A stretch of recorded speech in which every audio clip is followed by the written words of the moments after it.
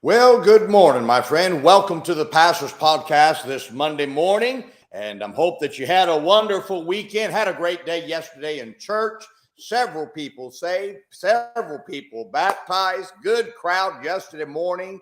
The downstairs, our new auditorium, was already packed out and almost forced to start using the balcony. That's an exciting thing to do right there, just to start continue growing. And I'm excited about what the Lord's going to do.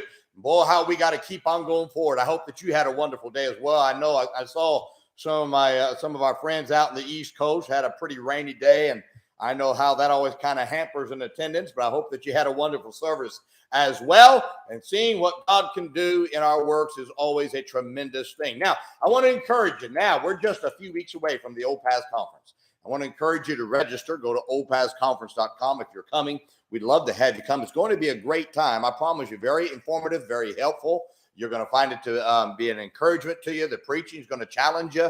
And I'd encourage you to come. Now we use the King James Bible here. We don't question that. So just in case you're kind of wondering, we're not one of those who's going to promote something that doesn't use the King James Bible. So just kind of help you out with that. Looking forward to seeing what God's going to do here in just a few more weeks. Well, today I want to talk to you about have patience with me.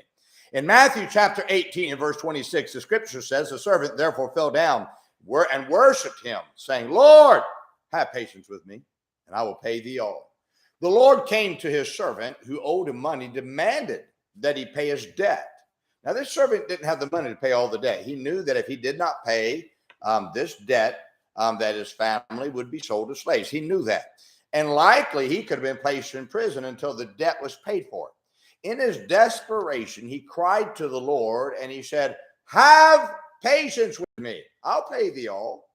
This answer is the key to financial stability. I want to talk to you about this just a little bit because your finances are critical to your ability to be able to serve the Lord. Too many are impatient with their finances and want everything right now. And that impatience puts them in financial disarray. Anyone who is financially stable had to learn that patience is the key to finances. Nobody gets rich overnight and nobody gets out of debt overnight. It's easy to get yourself in a financial mess, but patience is what digs you out of the financial hole. Now, when I deal with people who are asking for financial advice, one of the things I must teach them is their need for patience to get themselves where they need to be financially.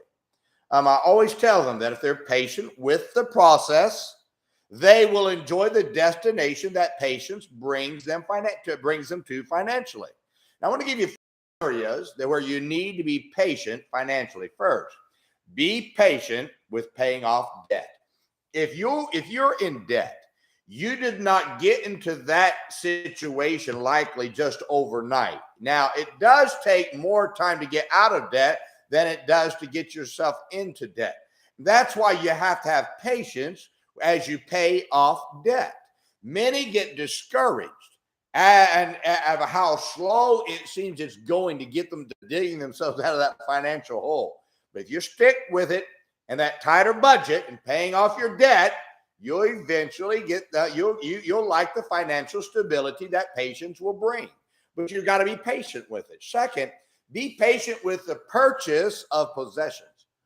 You cannot continue to spend and get yourself out of debt. You have to put reins on your finances and not let possessions woo you into getting yourself into more debt. Most of the possessions that you want today are just wants, and those wants will change tomorrow. Now, if you're patient with the spending on possessions, you will find that you can avert much debt because the passion for the possession will quickly dissipate if you wait. Third, be patient with building your rainy day fund. Everyone needs money set aside for those tight days when emergencies arise, but too many are impatient with building that fund. I've learned that it will likely take you a year of setting aside to get a small rainy day fund set up. Now, you need that, but it's going to take some time. Even if you have debt, you still need to set that rainy day fund aside because you don't want to create a larger debt if an emergency comes. Everybody needs to have that. So don't be impatient with your saving. You will find that patience will give you that comfort zone in your finances, which will give you a peace of mind that you're okay with an emergency arising if or when it does arise. Listen to me. So you may have debt, but you still need that rainy day fund. So I advise, get a rainy day fund first. Live by that budget. Don't just be quick to buying possessions. And then you start working at paying off that debt. That rainy day fund you don't touch. It's there for an emergency so that debt doesn't get bigger. Fourth, be patient with stabilizing your future. Many want their investments to make them rich quickly. But the best investment often builds financial stability over time. If you're impatient and are trying to build quick wealth, you'll find yourself getting into schemes that will cause you great debt in the future. Now, don't waste your money on schemes. Learn to work the money you have. Be patient with your investments. Time is on your side, and to build a stable future, if you learn to be patient in the area of finances.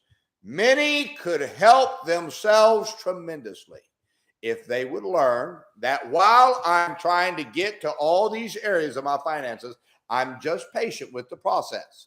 Then you'll find you can get yourself out of the financial messes that you get yourself into quickly. Let's be careful. Let's watch.